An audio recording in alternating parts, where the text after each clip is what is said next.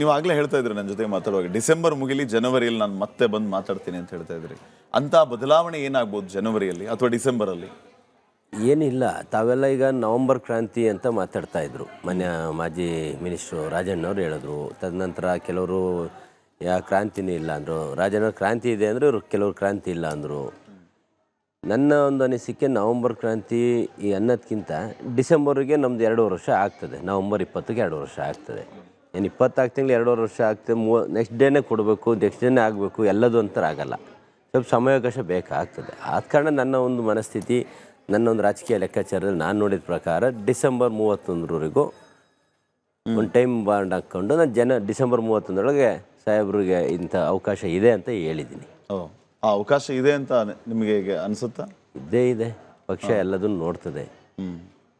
ಅವ್ರು ಮಾಡಿರೋ ಸಂಘಟನೆ, ಅವ್ರು ತಂದಿರೋಂಥ ಸೀಟ್ಸು ನಮಗೂ ಗೊತ್ತಿದೆ. 134 ಬರುತ್ತೆ ನಿಖರವಾಗಿ ಹೇಳೋ ಅಂಥ ಒಂದು ಶಕ್ತಿ ಅವ್ರ ಹತ್ರ ಇದೆ ಅಂದರೆ ಅವ್ರು ಅಷ್ಟು ಸಂಘಟನೆ ಮಾಡಿದ್ದಾರೆ ಅಂತ. ಈಗ ನಾನು ಇವತ್ತು ಶಾಸಕನಾಗಿದ್ದೀನಿ ಅಂದರೆ ನಾನು ಕಿಸಾನ್ ಕಾಂಗ್ರೆಸ್ನಲ್ಲಿ 3-4 ವರ್ಷ ಹೋರಾಟ ಮಾಡಿ ಕರೋನಾ ಸಂದರ್ಭದಲ್ಲಿ ನಮ್ಮ ಜನಗಳ ಜೊತೆಗೆ ಇದ್ದಂಥದ್ದು ಗ್ಯಾರಂಟಿ ಮೇಲೆ ಟಿಕೆಟ್ ತಗೊಂಡೆ ಗೆಲ್ತೀನಿ ಅಂತ. ಇಲ್ಲಾಂದ್ರೆ ಹೆಂಗೆ ಆಗ್ತದೆ? ಆ ಒಂದು ನಿಟ್ಟಿನಲ್ಲಿ ಅವರು 134 ಸೀಟ್ಸ್ ಬರುತ್ತೆ ಅಂತ ಹೇಳಿದ್ದಾರೆ ಅಂದರೆ ಅವರ ಸಂಘಟನೆ ಶಕ್ತಿ, ಅವರ ಒಂದು ಕಾರ್ಯ ವೈಖರಿ